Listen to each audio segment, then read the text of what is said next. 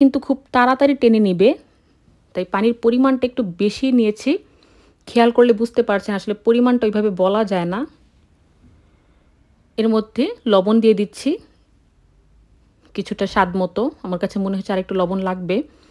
তো ঢাকনা দিয়ে এর মধ্যে 5টির মতো কাঁচামরিচ দিয়ে দিলাম, আর বাকি যে মশলাটা ছিল সেটা দিয়ে দিচ্ছি।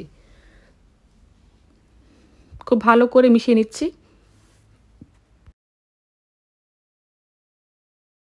এটা এদিকে হতে থাকুক, আর অবশ্যই চুলার কাছ থেকে কিন্তু সরবেন না, কারণ নিচে যে কোনো সময় লেগে যেতে পারে। আমি বাগারটা রেডি করছি। একটা প্যানের মধ্যে মিডিয়াম সাইজের একটি পেঁয়াজ কুচি দিয়ে দিলাম, আর একটা রসুনের অর্ধেকটা কুচি করে দিয়ে দিলাম। তো পেঁয়াজ রসুন একসাথে বেরেস্তা করে নিচ্ছি। আমি অনেককে দেখেছি শুধু রসুন দিয়ে বাগার দেয়, না এটা করবেন না প্লিজ। পেঁয়াজ রসুন একসাথে বাগার দিবেন, এতে করে ফ্লেভারটা ভীষণ ভালো আসবে। তো পেঁয়াজ রসুন ব্রাউন কালার হয়ে গেছে, এখন এটা আমি বাগারটা দিয়ে দিচ্ছি।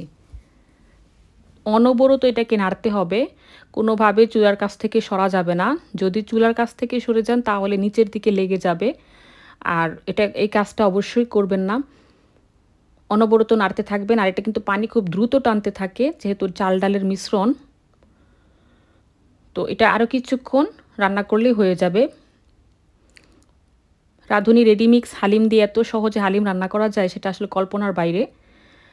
খেয়াল করে দেখুন, এরকম যখন কনসিস্টেন্সি থাকবে যে এটা স্প্যাচুলা থেকে ধীরে ধীরে পড়ছে, তার মানে এটা ঠান্ডা হওয়ার পর অনেকটা ঘন হয়ে যাবে, আর এটাই কিন্তু পারফেক্ট কনসিস্টেন্সি। তো চুলাটা কিন্তু নিভিয়ে দিতে হবে, এর চেয়ে বেশি আর ঘন করা ঠিক হবে না। আমি এরকমই রাখবো, চুলাটা নিভিয়ে দিচ্ছি। একটা বাটিতে আমি সার্ভ করছি, আর একটু খেয়াল করুন কেমন হয়েছে। এটা ঠান্ডা হবার পর কিন্তু অনেকটা ঘন হয়ে যাবে, এরকমই থাকবে, এর চেয়ে দয়া করে আর বেশি ঘন করতে যাবেন না। উপর থেকে কাঁচামরিচ কুচি দিয়ে দিচ্ছি পেঁয়াজ বেরেস্তা,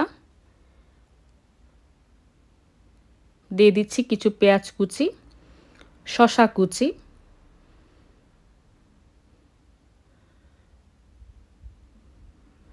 আর কিছু ধনেপাতা কুচি এবং এক টুকরো লেবু দিয়ে এটাকে সার্ভ করেছি।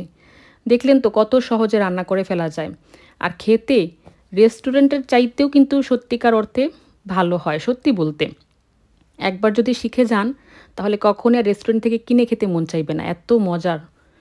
তো বন্ধুরা, রেসিপিটি যদি একটু হলেও ভালো লেগে থাকে তাহলে লাইক, কমেন্ট, শেয়ার এবং সাবস্ক্রাইব করতে ভুলবেন না।